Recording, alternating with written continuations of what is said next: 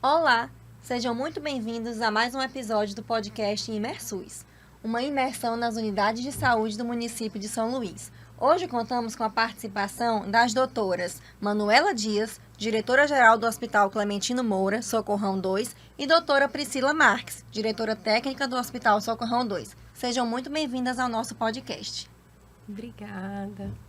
Obrigada pelo convite. O Ministério Público agradece a presença de vocês para a colaboração com esse nosso projeto e, principalmente, esclarecer à população como funciona, como se opera o Socorrão 2 aqui na capital, na ilha. E é uma grande satisfação porque conheço a qualificação técnica de vocês, conheço a competência de vocês, sei que o Socorrão 2 está em ótimas mãos. Pergunto inicialmente à doutora Manuela Dias, qual é a sua formação acadêmica, o que levou a senhora a aceitar, gerenciar, comandar o Socorrão 2?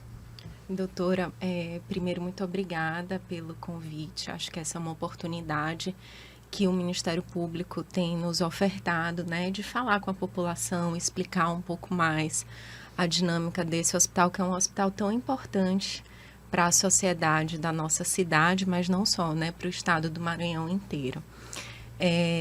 Bom, eu sou servidora de carreira do Hospital Socorrão 2, sou efetiva. Entrei lá já tem 18 anos, então tenho 18 anos de Hospital Socorrão 2. Você entrou muito jovem, né, doutora Manuela? Bem novinha. Eu sou fisioterapeuta de formação, entrei lá como fisioterapeuta. A minha área de atuação dentro da fisioterapia é em terapia intensiva. Então, quando eu cheguei do concurso, já fui trabalhar direto na UTI. Trabalhei alguns anos na UTI até que fui chamada a assumir alguns desafios de gestão dentro do hospital. Já tenho mais de 10 anos de experiência na área de gestão e busquei formações nessa área.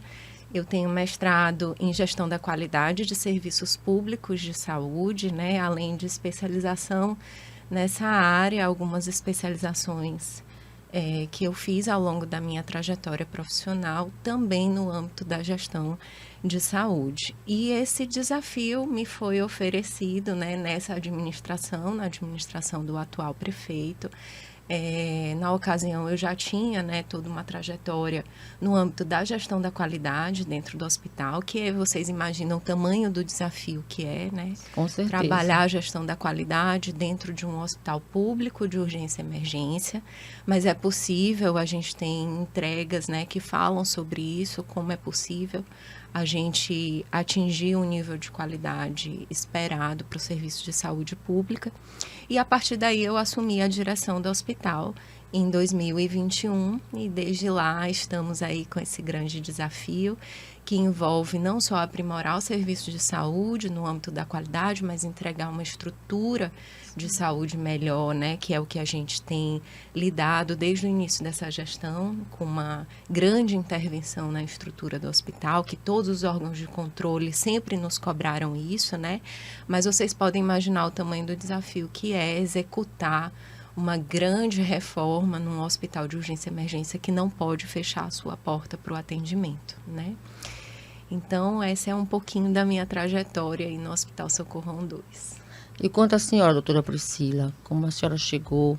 Sei que a senhora é médica, né? Com 2 especialidades, não é isso? Sim. Como a senhora chegou a esse cargo de diretora técnica do Socorrão 2?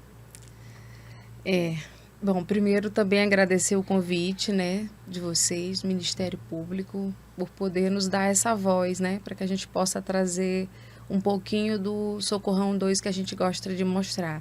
E não o que as pessoas às vezes pensam que ele se restringe a alguns cenários, né, desfavoráveis. Pois é, eu nunca, minha área de atuação não tinha né, com a gestão. Então eu sou médica, minha área de atuação é gastrohepatologia e estou no Socorrão há 13 anos. Comecei lá, como todos, né, médica da porta, do pronto-socorro, e aí fui fazendo uma trajetória que costuma se fazer dentro do hospital, pronto-socorro, enfermaria, plantões em sala vermelha. Até que eu entrei a gente entrou em um projeto, né, Manuela? Sim. E nesse projeto exigia um núcleo interno de regulação. E a gente se propôs a esse desafio e eu entrei como médica da regulação. E assim começou como posso dizer, a iluminar a questão da gestão. Porque aí você, enquanto gestor de leitos, você começa a aprender sobre isso, né? Aprendi muito com a Manuela, também com o pessoal da qualidade do hospital, núcleo de segurança também. Porque a gente, enquanto médico, a nossa formação não vai muito para o lado da gestão. A gente, na faculdade, não aprende tem nenhuma a fazer cadeira acerca disso, né? Não aprende a fazer uma planilha. Né? Eu costumo dizer, até a escala de médico é uma luta, né? Uma grande dificuldade. E aí eu fui aprendendo, e eu fiz um MBA em gestão hospitalar, para poder ir melhorando, né? Também fiz curso de especialização de regulação de leito, isso dentro da área da gestão, fora a minha área de atuação. E a convite de Manuela mesmo, não sei o que deu na cabeça dela, né? Ela viu a sua competência, com certeza. Não, e além de ser competente, a competência Muito técnica, é uma mulher muito espiritualizada. Né? Sempre encontro na igreja. Além de tudo, sou catequista. Esse é um assunto que, para mim, se quiser, dá para dar 2 horas de podcast. Pois é, e aí a gente aceitou esse desafio. Foi um convite de Manuela mesmo, específico, para a gente abraçar esse desafio da gestão do Socorrão 2. E a gente aceita, sabe, que por conta do amor que a gente tem a esse lugar, né? A gente costuma dizer, né, que a gente não costuma... É um vício. O pessoal diz aí que é um vício. É um vício, né? E a gente aceita mesmo por amor. A gente quer muito, sempre quer que lá seja o melhor lugar, tanto para o paciente quanto para aqueles que trabalham lá. Muito bom. Como funciona o Socorrão 2? Doutora, como funciona? Quantos leitos, a estrutura, como são os serviços que são prestados lá, são terceirizados, se são realmente de lá, como por exemplo, em Socorrão 1 eu vi que a lavanderia é lá, né? Vi que tinha até costureiras. E o Socorrão 2, como funciona? Parece-me que é mais moderno, qual a localização dele, como é que funciona? Como é que se opera a gestão? Explicar um pouquinho desse hospital. Mas antes, Priscila é uma pessoa muito humilde, né? Mas só trazer um pouquinho da importância do que ela trouxe de forma como se fosse tão pequena, né? Ser gestora do núcleo de regulação de um hospital, mas a gente precisa dizer que primeiro nós fomos pioneiros nisso aqui. O nosso núcleo interno de regulação, que foi comandado por Priscila no Socorrão 2, ele foi o primeiro núcleo de regulação de leitos de um hospital público no Maranhão. Nós fomos os pioneiros nisso. E isso foi um divisor de águas do ponto de vista da gestão, sim, dentro do hospital. Um hospital que não tem uma gestão interna de leitos, os leitos, eles têm vários donos, como a gente pode dizer. E esses donos, eles determinam quem interna no leito. Então, antes da gente ter um dono do leito, que é o núcleo interno de regulação, a gente diz que dentro de hospital, o leito ele tem dono, e o dono é o núcleo. Porque o núcleo, ele toma conta de todos os leitos, ele gerencia todos os leitos e ele determina por ordem de prioridades quem acessa os leitos. Então, não é quem está pedindo leito, não é quem grita mais, mas é quem mais precisa utilizar o recurso. E isso parece uma coisa tão simples, mas isso fez um diferencial enorme dentro do Hospital Socorrão 2. Imagina a dificuldade de implementar. Muito difícil. Nossa, de regulação. Então, assim, ela trouxe isso como uma coisa muito pequena, mas não, isso foi uma coisa muito grande e transformadora dentro da nossa instituição. E até hoje, né, o núcleo interno de regulação, ele faz muita diferença, principalmente num hospital de urgência e emergência. Mas ele só existe no Socorrão 2 ou hoje existe em todas hoje as unidades? Todos os hospitais. Todos os hospitais têm núcleo de regulação. É uma política, está dentro de uma recomendação do Ministério da Saúde, tá? Da PNOSP. A PNOSP, ela estabelece isso, essa PNOSP é de 2011. Então, de lá para cá, todos os hospitais implementaram o núcleo de regulação. Como é que funciona na prática? E como é que funciona na prática esse núcleo de regulação para a população entender melhor? Porque há muita discussão, a população às vezes se sente atraída, né? Que há pacientes que atravessam, né, a regulação, muitos pedidos de ordem política, até por intervenção judicial. Como é que funciona na prática essa regulação? Agora a gente vai entrar na sua pergunta propriamente dita, né? Como é que esse hospital funciona? Isso. E é muito importante que a população entenda isso, que é uma coisa que talvez não esteja muito clara, né? Primeiro, não está claro para a população que a rede de saúde, ela é hierarquizada, né? Ela tem uma hierarquia e ela é regionalizada, né? Então, existe um pacto de regionalização da saúde, né? Porque eu não posso centralizar a saúde na capital do estado. A gente precisa descentralizar a saúde. Não é razoável um paciente viajar 10 horas para acessar um serviço de saúde, um paciente que tem uma demanda urgente. Por isso é necessária a descentralização da saúde. Então, um serviço de urgência, a primeira coisa que a população precisa entender nós temos um perfil de atendimento. Nós somos hoje o maior hospital de urgência e emergência para o trauma na nossa cidade. E somos habilitados para a alta complexidade do trauma. Então, essa é a razão da nossa existência. Nós somos um hospital de perfil urgência e emergência do trauma. Tá? Doutora, explique para a população que está nos ouvindo qual é a diferença entre urgência e emergência. Perfeito. Porque parece palavras sinônimas, mas cada um tem seu significado, né? Eu acho que assim, a população precisa, e é uma coisa que a gente carece mesmo desses diálogos com a população, tanto por meio desses canais, quanto por meio dos conselhos gestores, que são ótimos canais com a população, para que elas entendam o que é uma demanda urgente e emergente e o que é uma demanda ambulatorial. Isso. Por exemplo, a gente tem muitos pacientes que chegam ao hospital com demandas ambulatoriais. Ele precisa fazer uma tomografia. É no socorrão que ele vai fazer? Ele está com uma requisição de uma tomografia. Não é no socorrão, essa é uma demanda ambulatorial. E aí ele vai buscar os meios ambulatoriais através da Semarc, né, dentro do município de São Luís, para marcar esse exame através do Saúde Já, né, que hoje a Prefeitura de São Luís tem vários pontos do Saúde Já, que tem exames, tem especialidades médicas. Então, essas demandas que não são urgentes, não é aquilo que está gritando, que eu tenho um tempo para atender, elas são demandas ambulatoriais. As demandas urgentes e emergentes, elas têm uma janela de tempo. É aquilo que eu não posso esperar. Eu tenho um tempo para atender. Urgente, um tempo um pouco maior, e emergente, imediato. Eu preciso atender imediatamente. Então, o primeiro ponto que as pessoas precisam entender dentro... Urgente é aquele que pode esperar um pouquinho. Pode esperar. E o emergência é a é iminência do risco de vida. Iminência Então, do risco de é vida. A emergência você tem que ser, se você não atuar naquele momento, o paciente corre risco de vida. A urgência, você tem mais um tempo. Você pode ter que começar para que ele não evolua para uma emergência. Exatamente. Então, o primeiro ponto que as pessoas precisam entender do fluxo de um hospital de urgência é que um hospital de urgência, ele atende conforme um protocolo denominado de classificação de risco.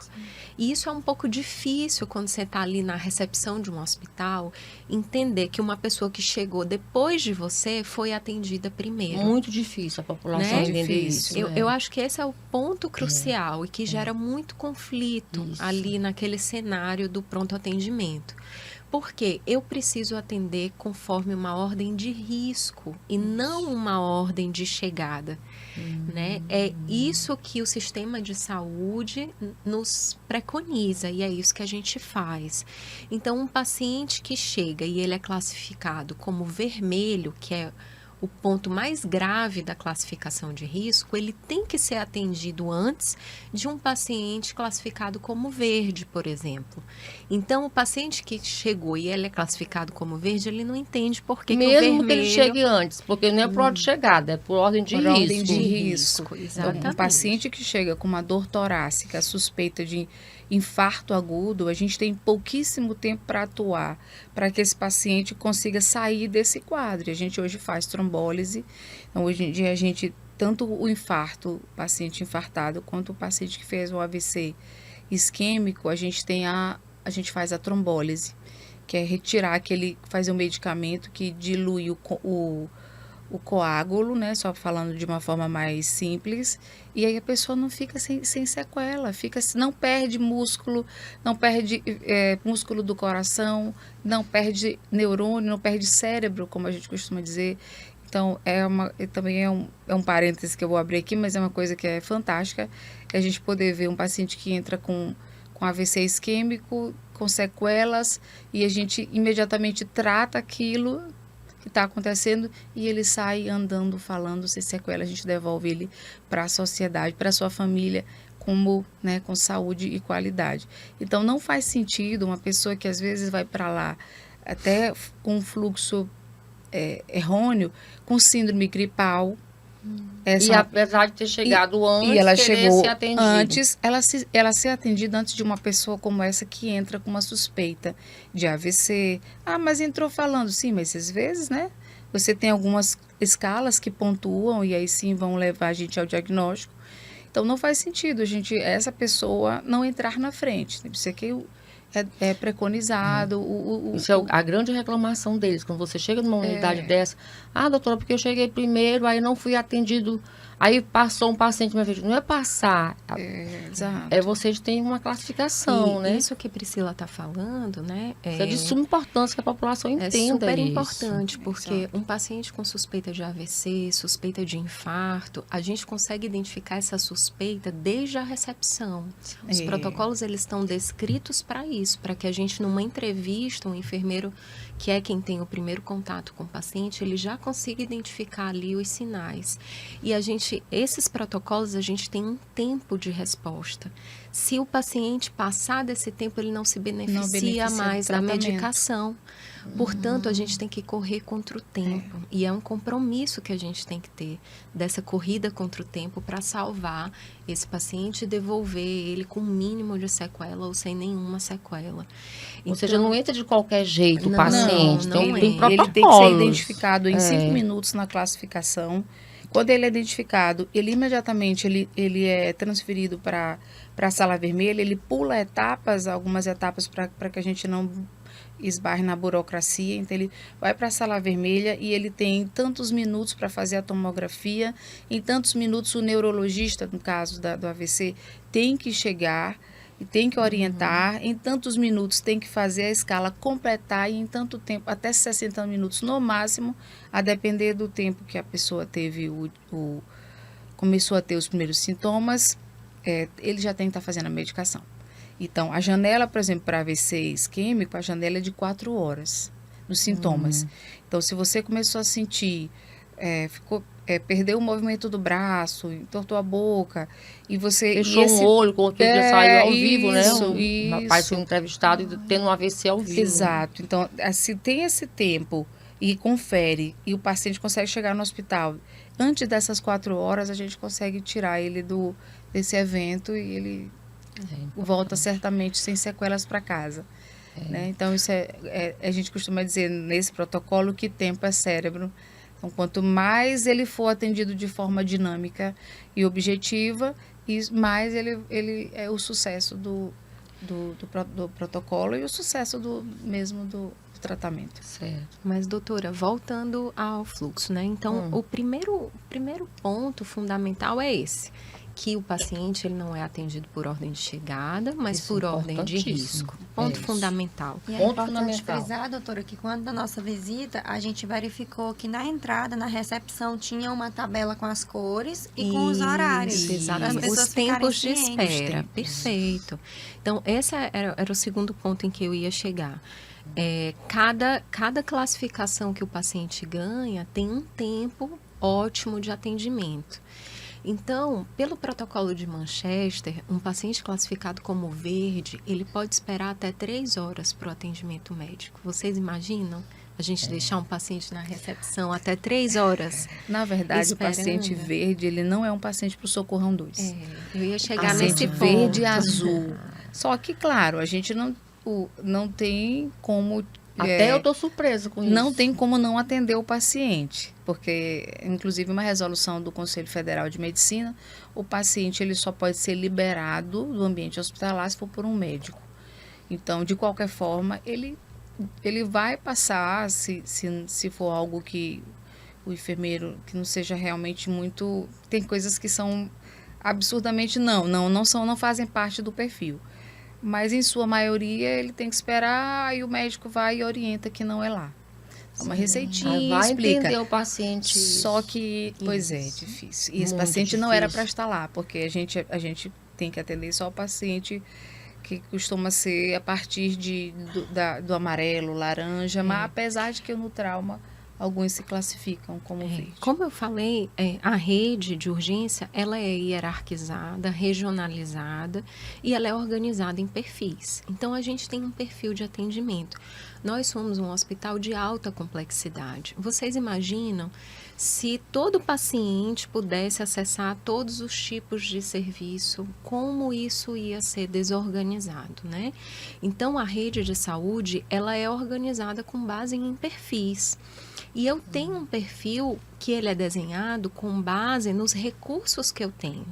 Então, eu estou tratando aqui de um hospital de alta complexidade, um hospital que tem UTI, um hospital que tem centro cirúrgico, um hospital que tem apoio diagnóstico terapêutico, tem tomografia, ultrassom, raio-x, ecocardiograma, Doppler, enfim, uma infinidade de Laboratório. recursos para atender o paciente potencialmente grave. Quando eu não cumpro o perfil assistencial e eu deixo entrar, por exemplo, a gente fala deixa entrar, mas todos entram, na verdade. Nem todos são atendidos ali, encaminhados contrarreferenciados, que é um recurso que o SUS dispõe. Se um paciente, ele não tem a obrigação de saber o que o Socorrão atende, ele quer acesso. Ele quer entrar, ele quer ser atendido. Ele não sabe que aqui no Socorrão é um hospital de trauma, de alta complexidade, Ele que não não sabe, vai atender a dor de barriga. Cabe a Um nós paciente explicar. que está com dor de barriga, que está com dor de garganta, que está com dor nas costas, ele não sabe, ele quer acesso. Então, quando ele chega lá e ele não é do perfil do hospital, ele vai ser atendido pelo médico e o médico vai fazer o quê? Contra-referenciar. Vai dizer, Dona Maria, o seu atendimento não é aqui, mas eu vou lhe dar uma receita para sua dor e agora a senhora vai dar seguimento no atendimento na unidade mista ou no posto de saúde mais próximo, ou vai buscar o saúde já que tem um especialista, é uma demanda ambulatorial, enfim. Esse é um recurso que é previsto dentro do SUS e ele não existe à toa. Ele existe para que a gente use os recursos de forma correta. Um paciente que adentra o Socorrão e que não é perfil do Socorrão, ele vai concorrer pelo espaço físico, pela equipe e pelos recursos do hospital com o paciente urgente, com o paciente emergente, com aquele que mais precisa. Então, quando a gente não cumpre o perfil do hospital, a gente também tem uma parcela de contribuição ali no atraso do atendimento daquele que mais precisa desse recurso.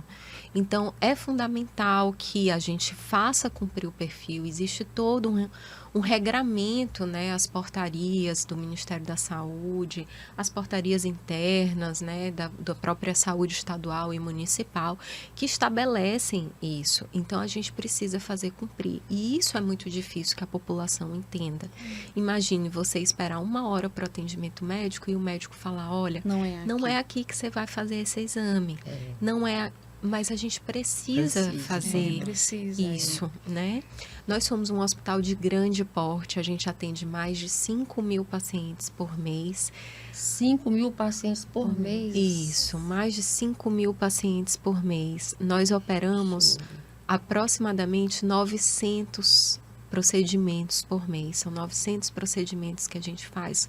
Isso falando do Socorrão 2. Só Socorrão 2. Que é um hospital municipal. Município de Municipal. que as pessoas confundem muito, acham que é um hospital do estado. Todo mundo pode Sim, entrar do interior, né? sim. Mas, na verdade, é um hospital para atender a população hospital de Isso. São Luís. Esse é um outro ponto É um de outro conflito, ponto né? que eu queria que até a senhora entrasse nesse ponto aí, que é um de Entro. grande conflito. Que eu acho que é uma coisa fundamental, Isso. que a gente precisa entender.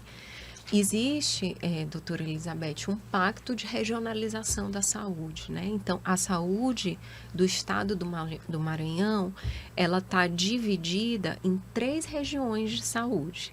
A macro norte, a macro leste e a macro sul, certo? Então, a gente tem 3 grandes regiões de saúde. Cada macro-região, eu dividi o estado do Maranhão nessas macro-regiões. A gente olha as estruturas de saúde existentes em cada macro-região e faz um pacto de regionalização, dizendo, nesse hospital vai entrar isso, nesse vai entrar isso, nessa clínica vai entrar aquilo. Isso é o pacto. A gente está hoje numa etapa de atualização desse pacto, né? Até com a ajuda do Ministério Público, que está intervindo diretamente para que a gente atualize, né? A gente, que eu falo, estou me inserindo nisso, mas a gestão maior, né? Secretaria Municipal, Estadual e as secretarias municipais de todos os municípios do estado do Maranhão. Então, quando esse pacto é feito, a gente diz o que vem do interior para a capital de São Luís.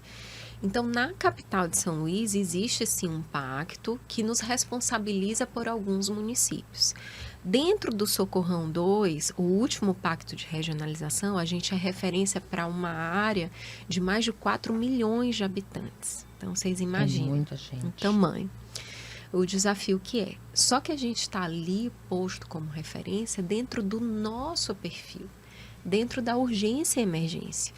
Então, um paciente que, porventura, sofreu um trauma no interior do estado, vou dizer, sofreu um trauma no município qualquer.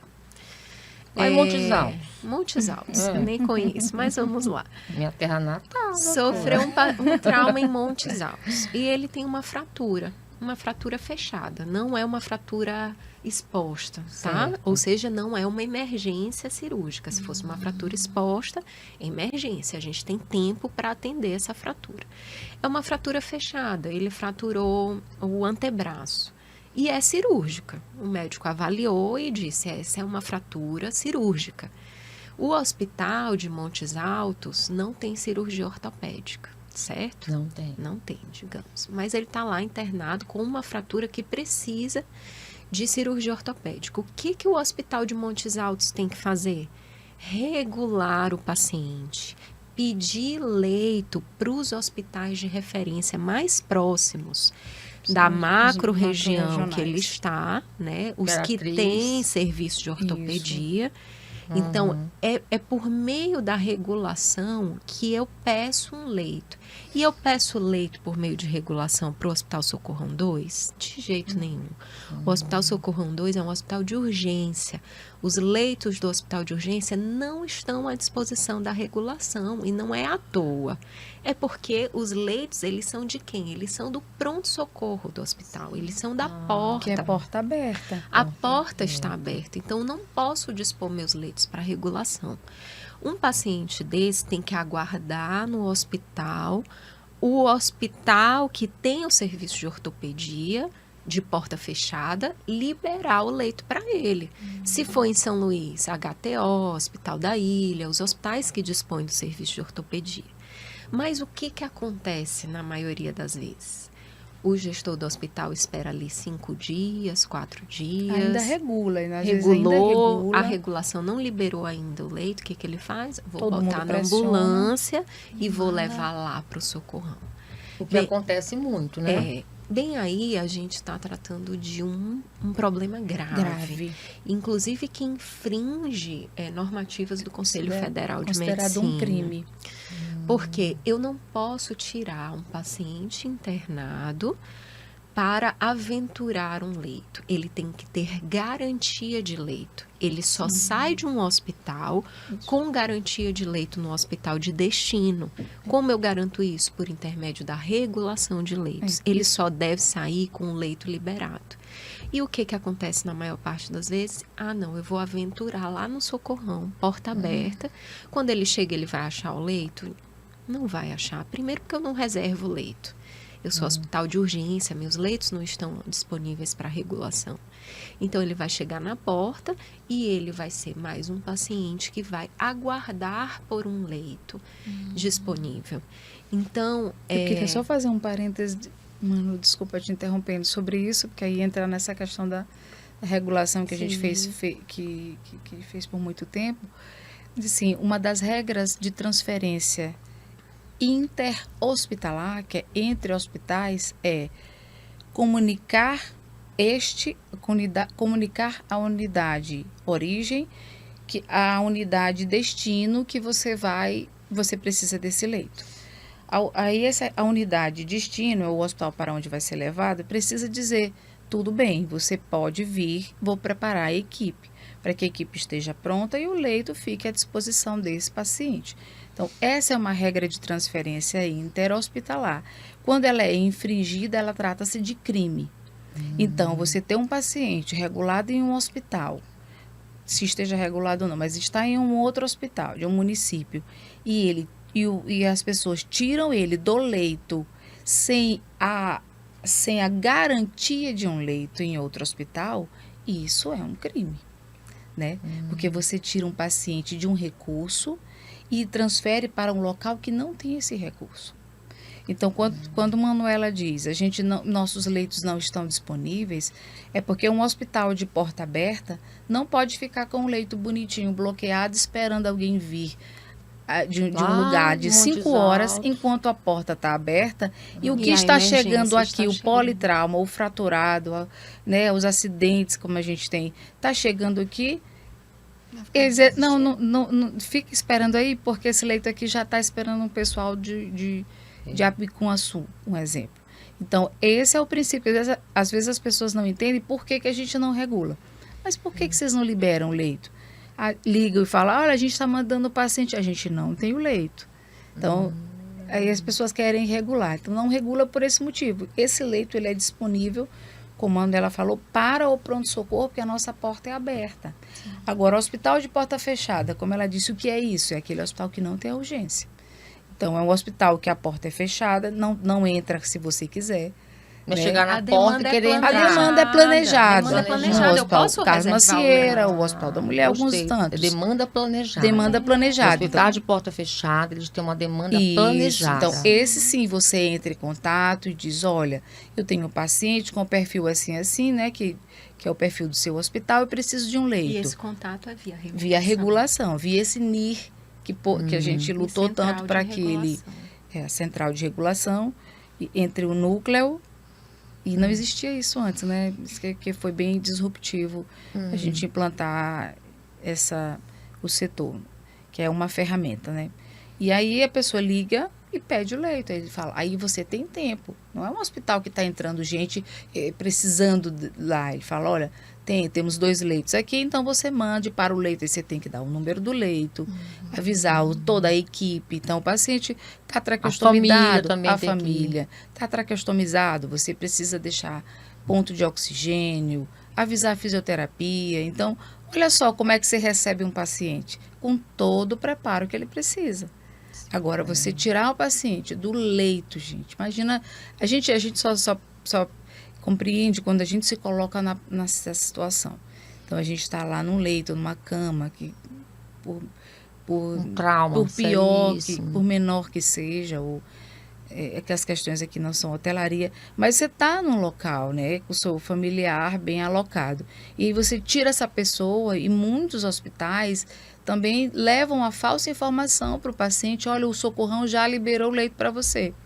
E a gente não libera leito. Aí o paciente chega lá, às vezes também com a família, fragilizado, fala, mas eles garantiram que tinha sido liberado. Eles são enganados também.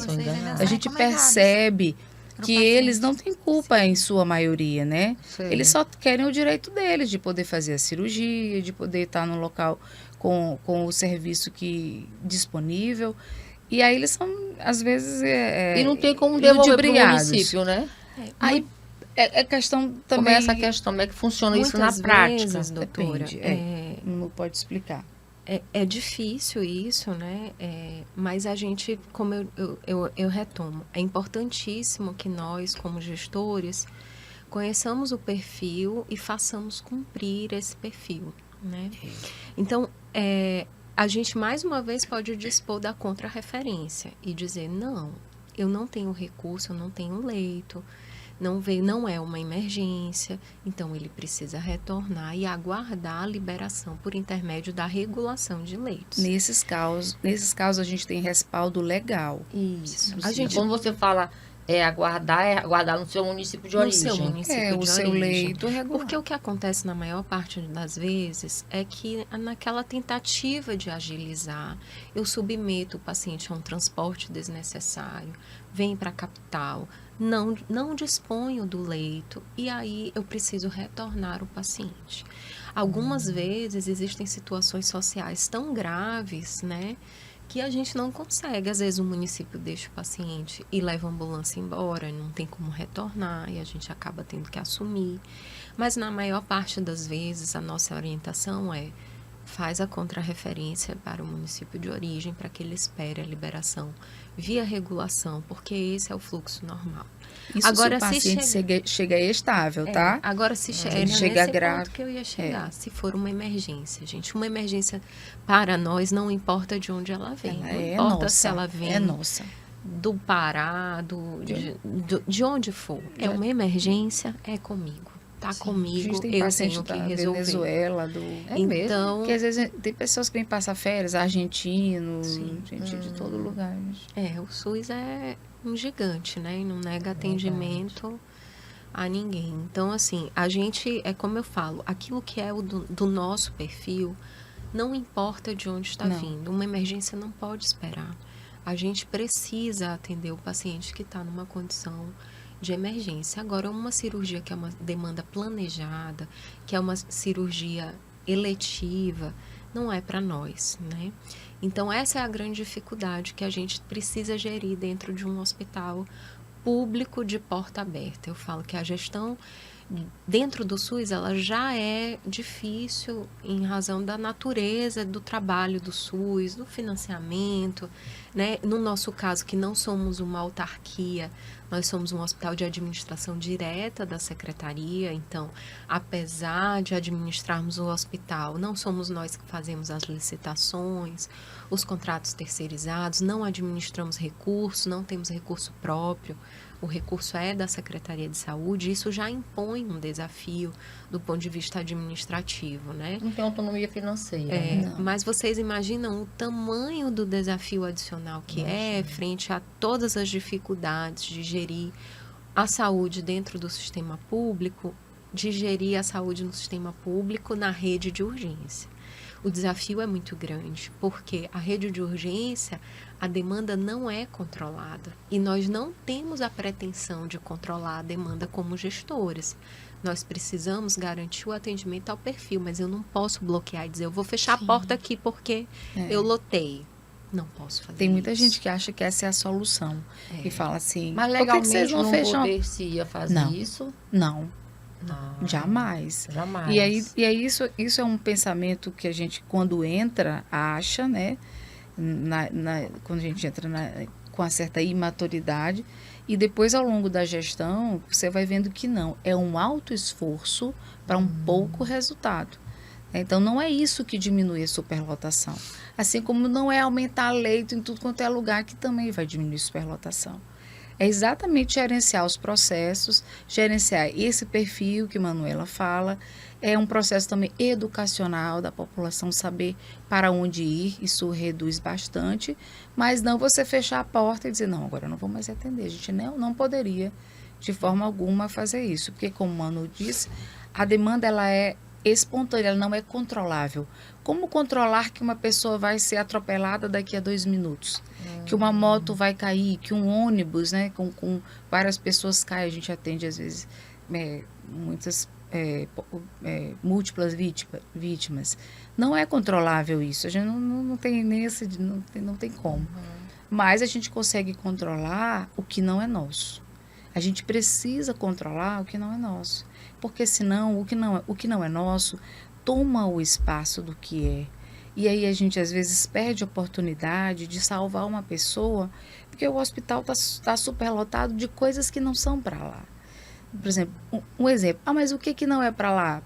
É exatamente aquilo que não leva ao risco de vida. Paciente com síndrome gripal, por favor, dor de barriga, Covid, dor de barriga, dor de cabeça, dor no estômago. A gente não vai fazer endoscopia. Nossas endoscopias são para hemorragia digestiva alta, para o paciente estar vomitando sangue, né, especificamente, ou corpo estranho que causa obstrução de via aérea superior. Tuberculose, a gente não atende, né? Hanseníase. E tudo isso vai para a nossa bate porta. na porta do socorro. Atrapalha? Não é que atrapalha, mas de certa forma acumula, como a Manuela disse. Gasta Eles tempo, concorrem pelo recurso, concorre, né? desgasta a equipe, porque a equipe, em vez de atender muito bem 5 politraumatizados, vai estar com 15. 5 politraumatizados e 10, um com dor no estômago, um com gripe, um com suspeita de... E isso, bem ou mal, desgasta a equipe, utiliza um recurso que é escasso para nós. Tem gente que já chega no hospital dizendo o que quer fazer, né? Então, eu vim aqui porque eu gostaria de fazer uma tomografia, porque eu queria fazer uma endoscopia.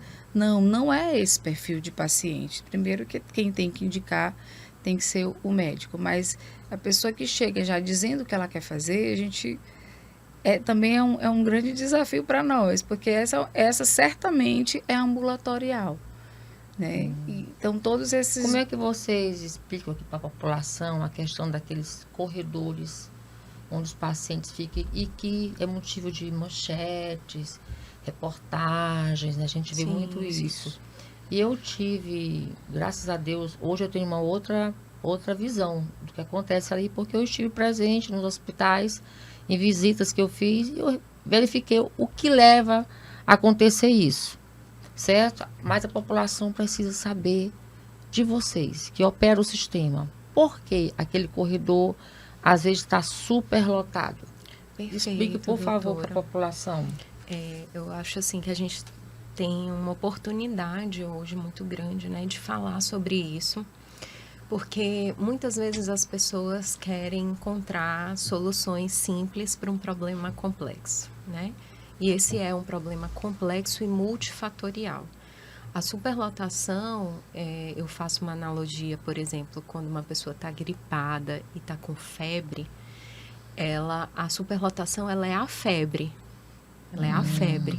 O motivo da febre é a gripe. E eu só vou atacar a febre se eu atacar a gripe. Né? Falando assim, mas a gripe não tem tratamento, né? Enfim. No caso, seria uma uma infecção bacteriana. Uma infecção bacteriana. Então, a gente precisa entender quais são as razões da superlotação. Ela é só um sintoma, ela é só a febre. Eu tenho que saber para cada hospital por que eu estou superlotado. E é esse porquê que o gestor precisa procurar para que ele consiga dar o remédio para isso. Do contrário, ele não vai conseguir tratar a superlotação, tá? Vai ficar só fazendo o paliativo, tratando a febre ali, sem tratar o foco principal. Então, a gente, né, que tem uma jornada ali de alguns anos dentro do hospital, não entrega quando na cidade, assumimos a direção, a gente já tinha uma noção do cenário e de por que nós somos superlotados. Existem muitas razões para isso. Uma delas é realmente um desenho de perfil, né, e fazer valer esse perfil, atender. E eu falo isso porque isso é determinante mesmo, é muito importante. E quando a gente diz um paciente que está com dor de barriga ou que está gripado, que não é para lá, ele tem outras portas de entrada. Não é que eu estou negando o acesso e ele não tem aonde acessar. Em alguns municípios só existe um hospital. Sim. Então, não tem como não permitir o acesso. No nosso caso, não é assim. Eu tenho unidades de menor porte, eu tenho UPAs, eu tenho unidades mistas, eu tenho outras fontes de acesso. Então, o primeiro ponto que favorece a superlotação é quando eu realmente não faço cumprir o perfil do hospital.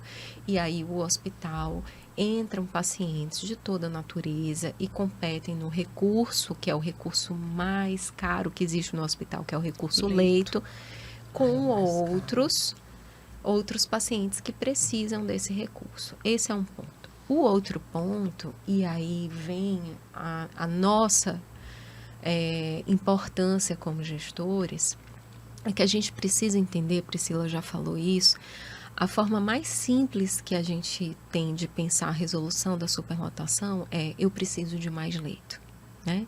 Eu atendo 5.000 pacientes, desses 5.000 eu tenho uma taxa de conversão de internação de 20%, quer dizer, 20% do que eu recebo interna, e eu preciso de mais leito porque o que eu tenho não é suficiente. Essa é a forma simplista de pensar como resolver a superlotação. E não vai resolver. E não vai resolver, perfeito, porque não. quanto mais leitos eu colocar, mais pacientes eu vou ter para colocar nesses leitos. Eu preciso olhar para a eficiência do uso do leito, tá? Então, hoje, o nosso grande desafio é reduzir o tempo de permanência do paciente no hospital. Hoje, o Hospital Socorrão 2 tem um tempo médio geral de permanência de 10 dias. Isso quer dizer que um paciente que chega no hospital vai passar, em média, 10 dias internado até ele ter a alta. Se eu tenho 200 leitos e o meu tempo de permanência é de 10 dias, significa que eu deito 3 pacientes por mês em cada leito. Um mês tem 30 dias, dividido por 10, são 3 pacientes. Ou seja, num mês eu triplico a minha oferta de leito. Se eu tenho 200 leitos, eu estou oferecendo 600 à sociedade, com um tempo de 10 dias. Qual é a grande chave? É eu diminuir esse tempo. Se eu diminuir esse tempo à metade, a 5 dias, eu vou oferecer muito mais leitos para a população. Né? Isso sem ter um leito a mais. Eu vou oferecer 1.000 leitos à população no Como mês. Como se faz para diminuir? Aí é a grande questão. Pergunta de milhões. Pergunta de milhões. Por que eu sou superlotado? Eu opero 900 pacientes por mês. A minha demanda é, na sua maior parte, cirúrgica. Eu posso aumentar mais a minha produção? Eu consigo aumentar? Se eu aumentar mais cirurgias, eu vou diminuir o tempo de permanência. Porque o paciente ele só está internado comigo porque ele espera um procedimento. Qual que é a grande questão, doutora? Hoje, nós somos um hospital de referência para o trauma. Eu posso sim ser melhor do que eu sou em termos de eficiência. Essa é a nossa busca constante. Lembrando que esse tempo já foi médio, já foi quantos dias? Quando a gente começou a medir 60 dias. O tempo de permanência, que vocês viam aquele socorrão, que tinha muitos pacientes em corredor. Eu sou desse tempo, foi o tempo que eu entrei lá. A gente tinha um tempo de permanência de mais de 40 dias. Então, Ou seja, o mesmo paciente ficava 2 meses... Quase 2 meses ocupando Então, era um leito. saldo sempre negativo, né? A superlotação, ela não é um problema... Vou fazer aqui uma analogia com uma pia e uma torneira. A torneira de um hospital de emergência, ela está sempre aberta. A gente nunca fecha. É a porta do hospital. Como a gente já viu. Ela está sempre aberta. Se o ralo entope, eu transbordo a pia. O ralo é onde eu preciso abrir, ou seja, eu preciso abrir esse ralo. O problema da superlotação é o problema de quanto sai e não quanto entra. eu preciso fazer sair mais e mais rápido. Esse é o grande desafio, né? E a gente tem a clareza de onde estão os nossos problemas, onde a gente precisa atacar, ser mais efetivo em cirurgia. Mas existe também um limite do perfil do paciente que a gente atende. O serviço de ortopedia, ele é um grande desafio. Ele é um grande desafio para qualquer que seja o gestor de um serviço de trauma. Não à toa não se vê abrindo hospitais de urgência e emergência por aí. Vocês veem, é muito difícil. Hospitais de porta fechada, onde tudo é planejado, é fácil. Mas o do trauma aberto, você não vê abrindo por aí por conta dessas dificuldades. É um grande desafio gerenciar serviços que lidam com trauma. Por quê? O trauma de 10 anos atrás, ele não é o mesmo trauma de hoje. O trauma de hoje, ele envolve alta energia, são pacientes que caem de moto. Polifraturas. Que não tem uma fratura. Um paciente, ele acessa o centro cirúrgico até 5 vezes no nosso serviço. Às vezes chega com Porque 6 ele chega com 10. diversas fraturas, todas cirúrgicas, todas demandam o uso de OPME, órtese, próteses e materiais especiais. Eles vêm com custo muito alto. Eles vêm com grandes lesões de pele. São pacientes que durante o trauma e pelo fato do trauma ser um trauma de alta energia, de alta velocidade, eles chegam para a gente com múltiplas lesões na pele. E a ortopedia, ela não pode implantar uma prótese com lesão na pele. Infectada. Então, eu preciso esperar sarar a pele para eu poder implantar, fazer a cirurgia. Muitas vezes um paciente diz assim, mas eu estou há 30 dias esperando a cirurgia aqui no Socorrão. Ele não está 30 dias esperando a cirurgia. Ele está 30 dias esperando a pele dele sarar para ele ter condições de fazer a cirurgia. Então, a gente lida com isso. Lida com um perfil de paciente que usualmente já tem um tempo de permanência maior pela condição do trauma, e isso eu não consigo mudar porque é uma condição clínica do paciente. E existem as situações que essas sim, eu como gestora preciso intervir para ser mais eficiente, ter disponibilidade de OPME, de instrumental cirúrgico, de equipe, organizar o meu processo de trabalho de forma que eu não perca tempo com o paciente, que eu não deixe uma alta que era para ter sido dada hoje para amanhã, por algum problema, porque não fez o exame, porque o resultado do exame não está chegando em tempo para a equipe, né? Nós somos um hospital que recebe pacientes de todos os lugares, né? De todos os municípios. E turistas, né? Isso é um grande desafio também, porque eu não devolvo o paciente para o município. É o município que vem buscar o paciente. E às vezes eles deixam com o recurso da sua ambulância. Então, às vezes, uma alta que foi dada hoje, efetivamente o paciente vai sair do leito daqui a 2, 3 dias aguardando o transporte. Porque o município diz assim, a gente só vai buscar quando a gente tiver outro para levar. Então, eles não vêm com a ambulância vazia, buscar esse de alta. Eles vêm com outro para trazer. Então, que é uma outra coisa. Então, é um desafio. Tudo isso que eu estou apontando de forma muito superficial, né? São problemas que impactam no tempo de permanência. E esse município que manda o paciente para cá, cujo custo operacional é de vocês, né? Não há um reembolso financeiro de ordem econômica do município de origem para o município de São Luís? Não há um pacto? Se esse município estiver dentro do Pacto de Regionalização da Saúde, for da macro de referência, né, da gente, sim, existe o município existe um repasse mensal, né, para a Secretaria de Estado, não é diretamente, Secretaria Municipal, não é diretamente para nós, porque nós não somos autarquia, né? Mas existe sim um repasse financeiro.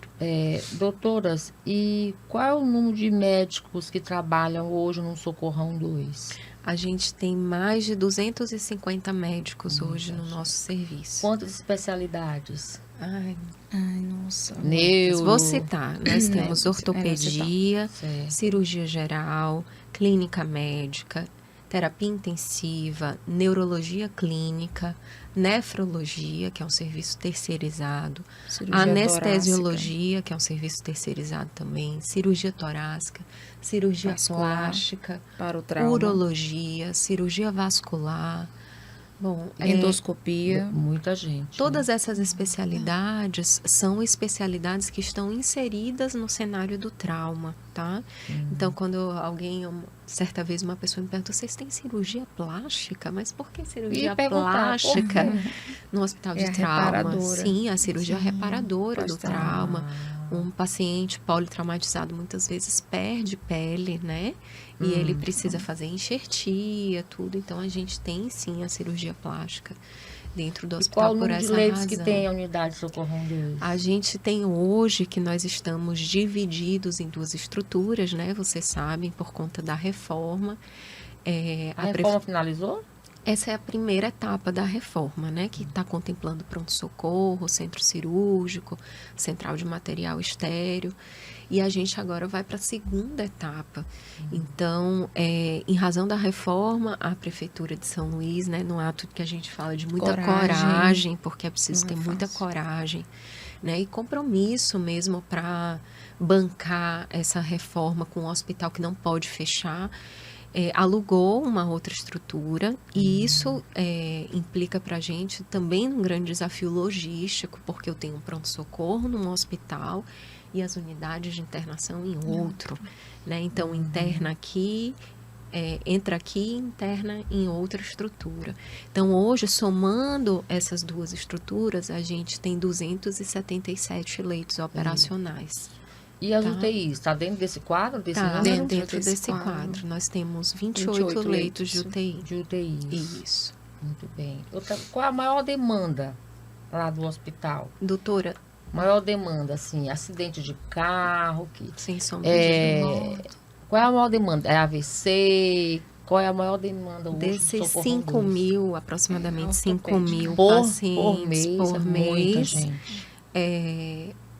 quase 70% dessa 3 mil é demanda, ortopédico. mais de mais ou 3 menos. mil Acidentes. são do trauma, né? Do Então, trauma, são da ortopedia e da cirurgia geral, que são as especialidades envolvidas no trauma. Mesmo fazendo tanta campanha em relação ao trânsito, Isso é uma né? coisa que eu ia dizer, que seria uma coisa que nos ajudaria bastante. Porque, retomando o que Manuela falou, a cinética do trauma mudou. Por quê? Porque hoje em dia as pessoas andam em alta velocidade, todo mundo tem acesso às motos, às vezes não usam o capacete. E pasmem, a gente, até de pasmar, mas muitos a gente vê usando o celular na moto, né? A gente costuma brincar que moto já foi programada para cair. E aí se você não olhar para frente, né? Então, e outro dia eu tive até a curiosidade, perguntei para um paciente lá, estava todo no preparo, aguardando para a cirurgia, e ele disse, não sei o que, eu nunca imaginei que isso fosse acontecer comigo. Aí eu cheguei perto dele e falei, mas como você estava fazendo o quê? Não, é porque fui olhar a mensagem rapidinho na moto e tal, porque eu sou entregador. Doutora, mas a gente nunca pensa que isso vai acontecer com a gente, né? Mas a gente nunca pensa, mas tem que se precaver para que não aconteça.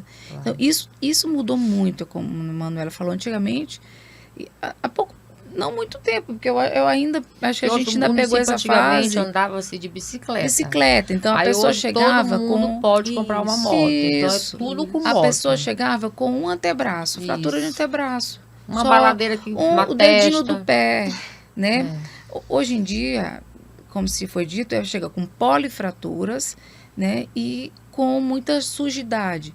Sujidade que a gente fala é a sujeira mesmo do local. Então, se cai, vai se arrastando no asfalto, aquela lesão vai, às vezes, sujidade. Na ortopedia, chama de sujidade. Então, vai levando...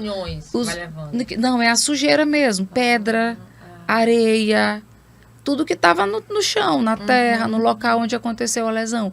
E isso não favorece o procedimento se tiver um tempo. Então, por exemplo, a pessoa caiu, sofreu tudo isso. E isso tem mais de 6 horas do trauma. Caiu hoje, e caiu ontem, e hoje vai ao hospital, ele já não pode ser operado imediatamente. Tem que fazer antibiótico. Aí ele tem que fazer 15 dias de antibiótico Já vai para ocupar o conseguir leito durante 15 dias para que ele possa colocar aquele material, o fixador, a placa, o que for necessário. Então, quer dizer, ainda tem tudo isso. Tem que ser E todo esse material é disponibilizado pelo Socorro 2. Sim. Esse material com a perna cheia de ferro. é nosso, Sim. isso, Aquilo é tudo colocado lá, dentro do hospital. tudo colocado Sim. lá. Não tem, às vezes a pessoa vai, onde a gente pode comprar, né? Não, isso é órtese, o custo PME, muito alto, né? Que tem que ser do ambiente mesmo hospitalar. E a tudo isso questão do influencia. laboratório, vocês têm laboratório próprio ou é terceirizado? Próprio. Temos alguns Próprio. serviços dentro do laboratório que são terceirizados, como as culturas, né? Que é terceirizada com laboratório privado. Mas o laboratório é próprio. É próprio. É próprio. E quais outros serviços que vocês têm lá terceirizados? Doutora, a gente tem, além dos serviços de manutenção, né? A maior parte desses serviços são terceirizados. Hoje a saúde pública, você compra um equipamento, você precisa garantir a manutenção, do contrário, ele vai quebrar e a gente vai deixar de utilizá-lo por falta de manutenção. Então, a gente tem vários serviços terceirizados de manutenção predial, né, essa parte de esgotamento sanitário, ar-condicionado, enfim. É importante que seja assim, porque ele garante a manutenção, a troca imediata, não é isso?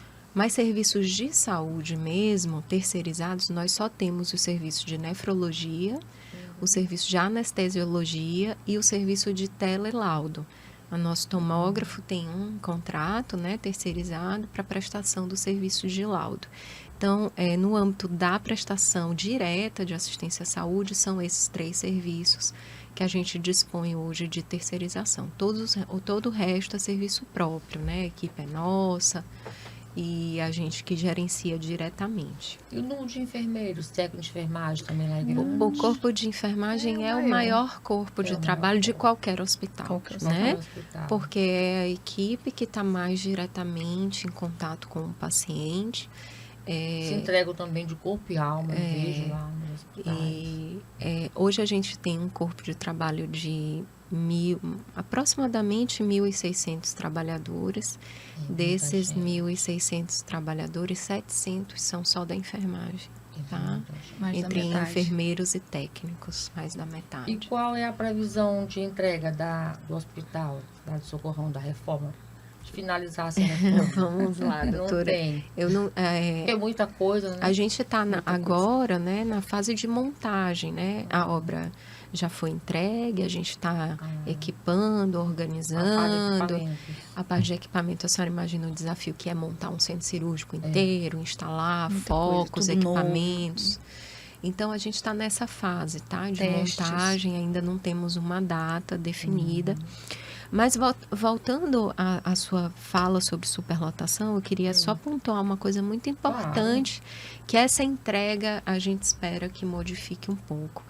A gente já não tem um hospital que interna pacientes em corredor já tem algum tempo, tá? Apesar de todo mundo que entra lá dizer que está no corredor, eu não sei se a senhora conheceu a nossa estrutura anterior à reforma. O nosso pronto-socorro... começando a reforma.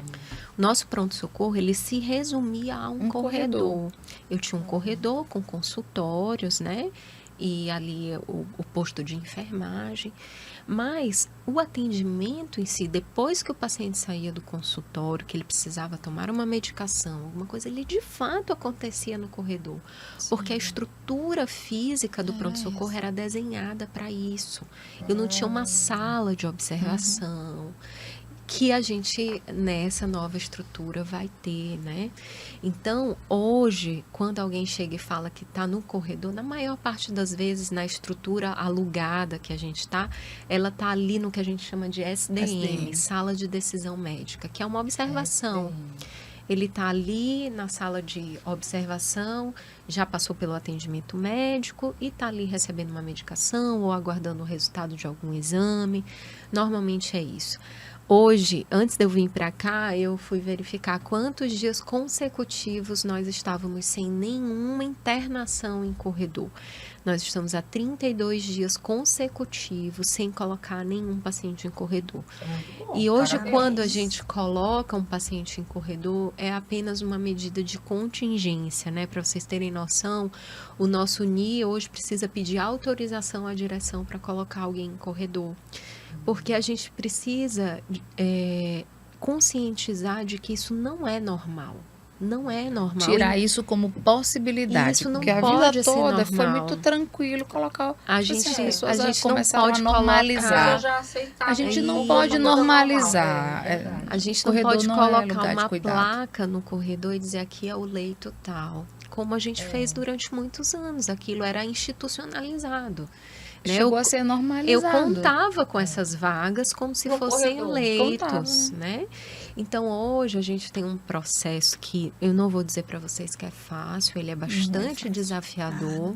Eu falo que quando a gente está à frente de um hospital desse, isso é como uma guerra. A gente não pode abaixar a arma, porque se a gente abaixar, Baixar a a gente guarda, vai né? ser atingido, né?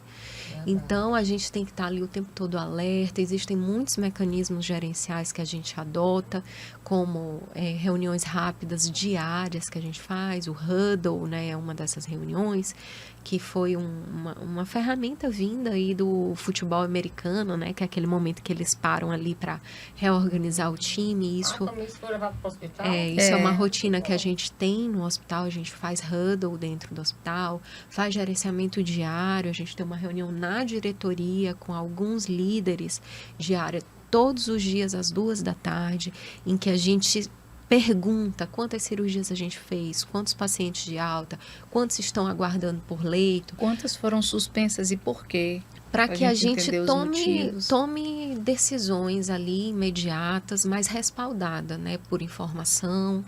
Então, a gente pode dizer que é difícil, sim, não vou dizer que é fácil, mas que a gente não baixa a guarda. E com isso, a gente tem conseguido, né, mesmo frente a dificuldades, tirar esse hospital de um cenário em que a superlotação era constante e aceitável. Que é normal.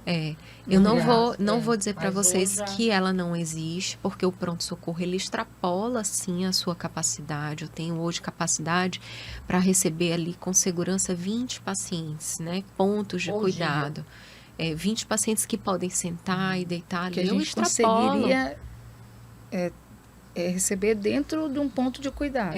Só que não Ponto de só cuidado que ficam... fala é o leito. o leito, Mas a isso. gente extrapola isso, né? No cenário do demanda é muito pronto-socorro, grande, a demanda não é controlada, mas a gente está constantemente buscando alternativas para lidar com a superlotação desse hospital, que é uma realidade, né? Já não é mais o que era, a gente veio de 40 dias de permanência para 10, né? Isso um modifica avanço muito muito, isso não aconteceu em 1 ano, 2 anos e nem na nossa gestão.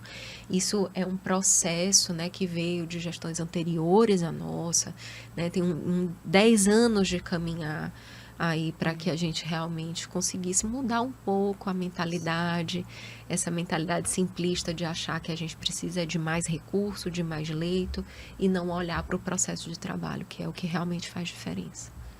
Muito boa as colocações de vocês, explicação de vocês. Nós estamos encerrando aqui a nossa fala em relação ao Socorrão 2. Eu gostaria que vocês fizessem as considerações finais. Doutora, eu gostaria de agradecer, né, muito essa oportunidade que o Ministério... Eu é quem agradeço, porque até eu passei a entender melhor como é que se opera nos bastidores do Socorrão 2. Que bom.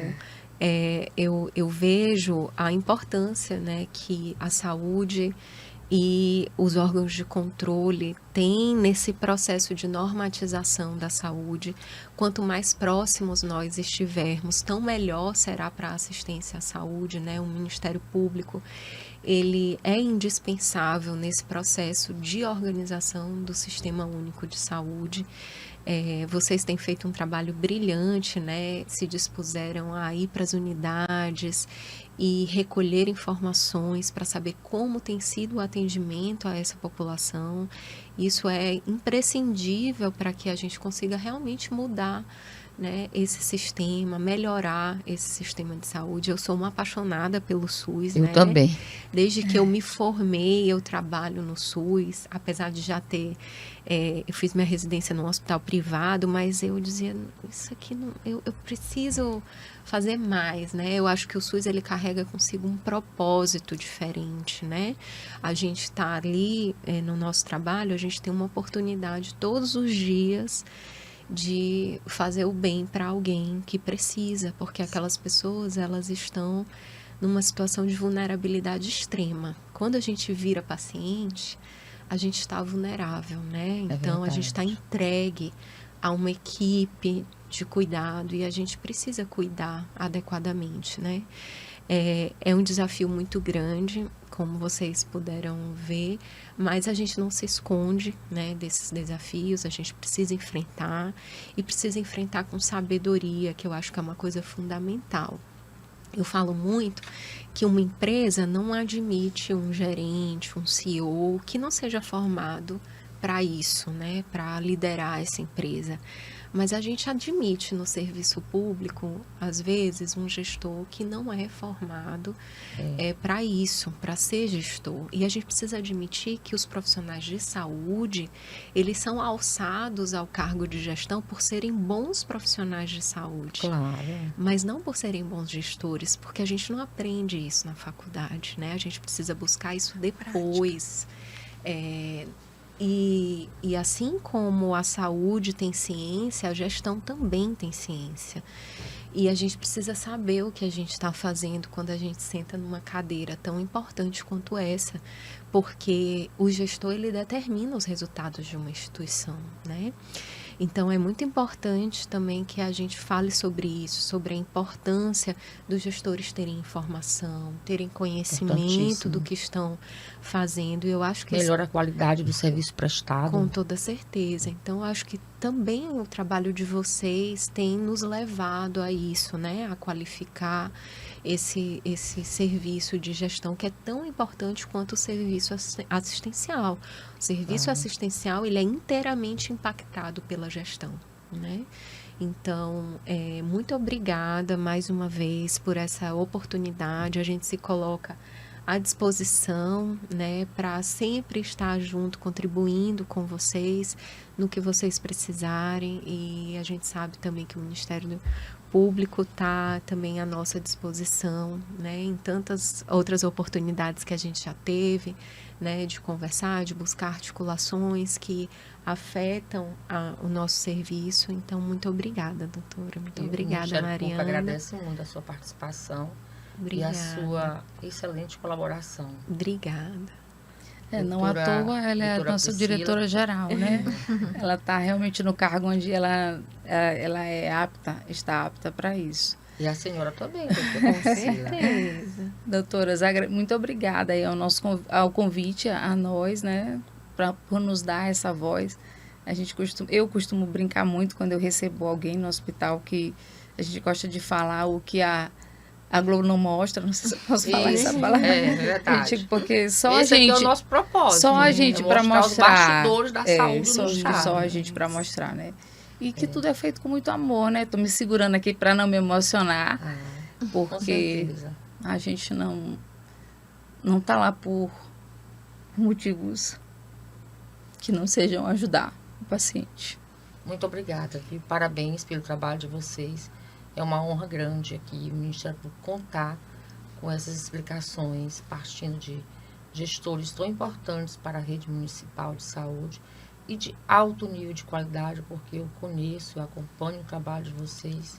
Já estive na unidade que vocês administram e eu fiquei bastante impactada e cada vez me apaixono mais pelo SUS e passo a admirar imensamente os profissionais que se dedicam tanto a essa rede de saúde, que tanto precisa da nossa população. O Ministério Público agradece e estamos juntas. Obrigada. O Ministério Público agradece a presença das doutoras e fiquem ligados para o próximo episódio do podcast Imersus.